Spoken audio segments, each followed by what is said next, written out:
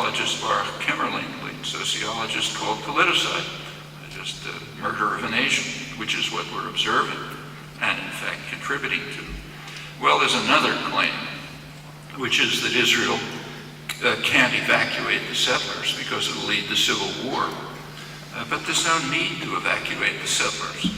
The only thing that's necessary is to withdraw the Israeli army back to Israel. In that case, the settlers will follow along. Maybe a couple of religious Jews from Brooklyn will hang on to every last rock. The rest of them are there because it's a convenient place to live. The nice suburbs of Jerusalem and Tel Aviv, they're subsidized and so on. It's quite feasible. The task is for us is to shift U.S. policy. That should be our concern, and that's where the tactics of struggle should be directed. Mentioned briefly the last current issue, the Goldstone report, has argued that it's unfair to Israel. And there's some truth to that criticism.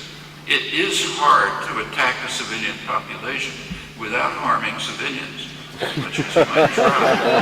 But the whole debate yields a very interesting insight into the power of intense propaganda and highly subservient media and intellectual class. There is an assumption running through all of this. The Amnesty International reports, the Human Rights Watch reports, the Goldstone report with some mild qualifications, and all discussion, I think close to 100% of discussion. And the assumption is that Israel is exercising its legitimate right of self-defense against rocket attacks. Then the criticism is, well, is it doing it disproportionately?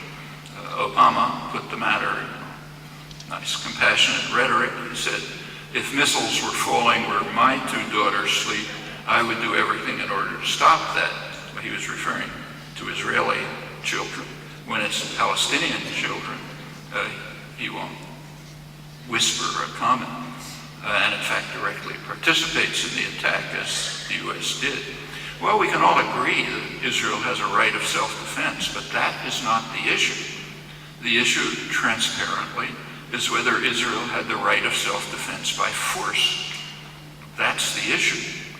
Well, you don't have a right of self-defense by force unless you've exhausted peaceful means. And Israel refuses to try the peaceful means. When I say Israel here, I mean the United States and Israel, because anything Israel's doing, it's doing with U.S. cooperation and authorization. They've refused to try the peaceful means, which they have every reason to believe will work. There was a ceasefire in Gaza, a half ceasefire. Israel didn't observe it. It maintained the brutal siege, destructive siege, which is an act of war. Nevertheless, Hamas observed the ceasefire. In fact, Israel concedes that during the ceasefire, it was summer of 2008 up till November 2008, during that semi-ceasefire, Israel concedes that there wasn't a single Hamas rocket, despite the maintenance of the siege. Well, in November, Israel invaded Gaza directly, killed a number of Hamas militants, and yes, after that, the rockets started. In the period between November and the Israeli attack in late December, Hamas continued to offer to renew the ceasefire. Israel acknowledged it internally, but decided not to do it. So there's a narrow form of peaceful means, type of peaceful means, which the United States and Israel refused to follow. So therefore, there is no right of self-defense. That should be transparent. But there's a much broader point. Contrary to the U.S.-Israeli position, Gaza and the West Bank are a unified entity. If people in the West Bank have a right to resist, and Israel is, and with U.S. backing, is carrying out daily crimes in the West Bank. Daily crimes. As I mentioned, every time they put a plank on a house, it's a crime, and there are much more serious ones than that. Well, if they continue to carry out crimes in the West Bank, which they know are crimes and are serious ones and are amounting to politicide, then hard to see why the population doesn't have a right to resist. Well, of course, they can't resist in the West Bank.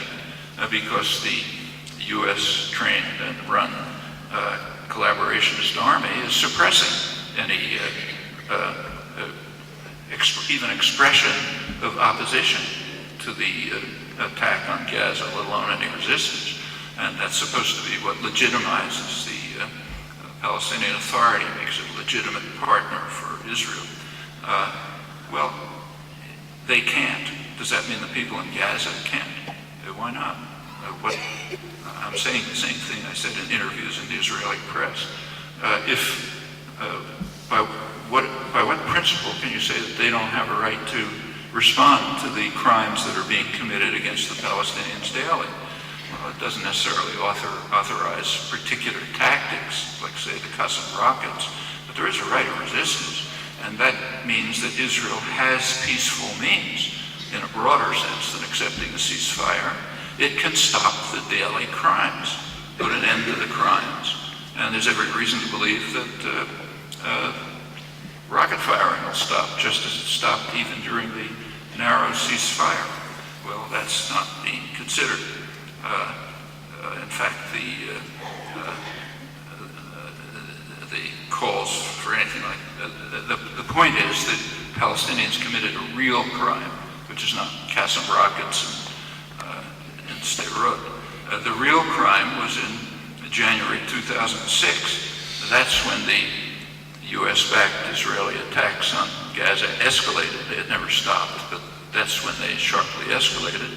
And the crime, I'm sure you know, there was a free election in Palestine, actually the only truly free election in the Arab world, closely monitored, recognized to be free and fair, but it had a flaw. It came out the wrong way. It came out opposite to what the U.S. and Israel wanted. So therefore, it's illegitimate. And we're back to the mafia principle. You can't accept it. And the U.S. and Israel immediately and openly, no secret about it, said, okay, we're going to punish the people of Gaza for voting the wrong way in a free election.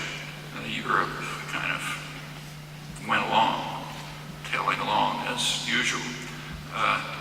That is when the attacks on Gaza sharply escalated. January 2006, openly, publicly, considered legitimate. It's at the same time that there's no let-up to our, in our odes to our passion for promoting democracy. It's a pretty impressive performance on the part of the intellectual classes and the media, of course. Now, there was another escalation after that. It was in June 2006. That's when an Israeli soldier was captured, part of the army that's attacking Gaza, Gilad Shalit. He's in the news today. You probably read Hamas released a video of him in return for freeing 20 Palestinian women who were arrested on what they call charges, most of it nothing, maybe belonging to an illegal organization or something like that, and they were about at the end of their terms. So that's today's news.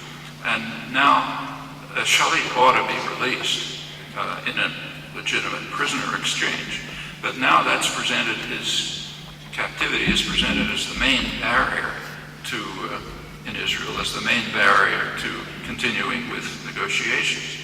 Well, that's more, and the world accepts this, the Western world at least, it's more pure hypocrisy. One day before Shalit was captured, the Israeli army entered Gaza City, kidnapped two civilians, two brothers, the Muammar brothers, spirited across the border to Israel, where they disappeared into the huge Israeli prison system. That's, kidnapping civilians and sending them off into some hidden prison system is a much worse crime than capturing a soldier of an attacking army. Comparably worse. It did get a couple of words of notice here. It wasn't a secret. It's a few words here and there. And then disappeared. Well, in a way that's legitimate because it's constant, regular Israeli practice. They've been doing it for decades. kidnapping civilians in Lebanon on the high seas, another crime, killing them, bringing them to Israel, often taking them as hostages, keeping them in prison, sometimes for decades, no charges. There's probably, nobody knows, maybe 1,000